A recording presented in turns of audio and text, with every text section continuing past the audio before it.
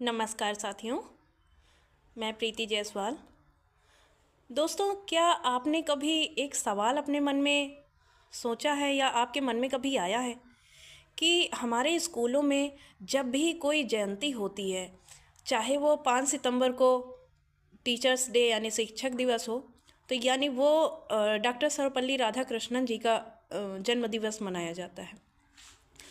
और जब 14 नवंबर को बाल दिवस मनाया जाता है, चिल्ड्रंस डे, तो उस दिन भी चाचा नेहरू यानी जवाहरलाल नेहरू का जन्म दिवस मनाया जाता है शिक्षक दिवस के रूप में। यहाँ तक कि शिक्षा दिवस, जो भी दिवस मनाए जाते हैं, चाहे जो भी वो जयंती हो, चाहे जो दिवस हो, वो किसी न किसी महापुरुष की, किसी न किसी पुरुष की ही जन्म दिवस पे या उनकी जयंती ही होती है, वो मनाई जाती है। हमने कभी आज तक नहीं सुना, नहीं देखा कि महिलाओं की जयंती या महिलाओं के जन्म दिवस पर भी कोई अवसर मनाया जाए।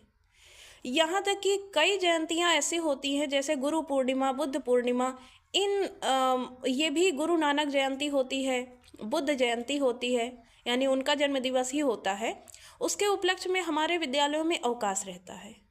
कभी हमने ये नहीं सुना कि आज किसी महिलाओं की जयंती पर या उनके जन्म दिवस के उपलक्ष्य में स्कूलों में अवकाश है, ये भी नहीं सुना। अभी हाल ही में अटल बिहारी वाजपेयी जयंती भी हुई थी, अंबेडकर जयंती होती है, वाल्मीकि जयंती होती है, ना जाने कितनी जयंतियाँ होती हैं, गणेश चतुर्थी होती है। तो मतलब वो उनकी जयंती, उनका जन्म दिवस। लेकिन महिलाओं की जयंती आखिर क्यों नहीं मनाई जाती कभी किसी स्कूलों में? क्या महिलाएं महान नहीं हुई क्या?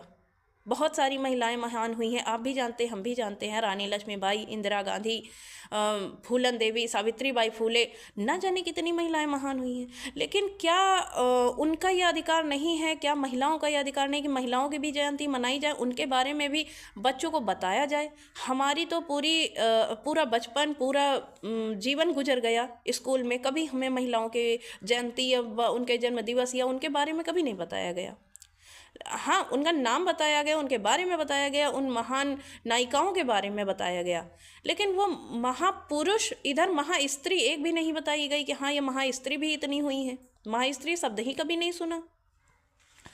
अब आने वाली जो जनरेशन है, हम सब टीचर हैं, तो हम सब भी आज भी स्कूलों में वही हो रहा है। यानी आने वाली जनरेशन, आने वाली पीढ़ियों को भी उनके बारे में नहीं बताया जा रहा, कोई भी जयंती नहीं मनाई जा रही है। तो हम ये चाहते हैं कि हमें बहुत खुशी होगी, बहुत अच्छा लगेगा कि कम से कम हम पुरुषों की अगर जयंती मना रहे हैं तो महिलाओं की भी जयंती मनाएं।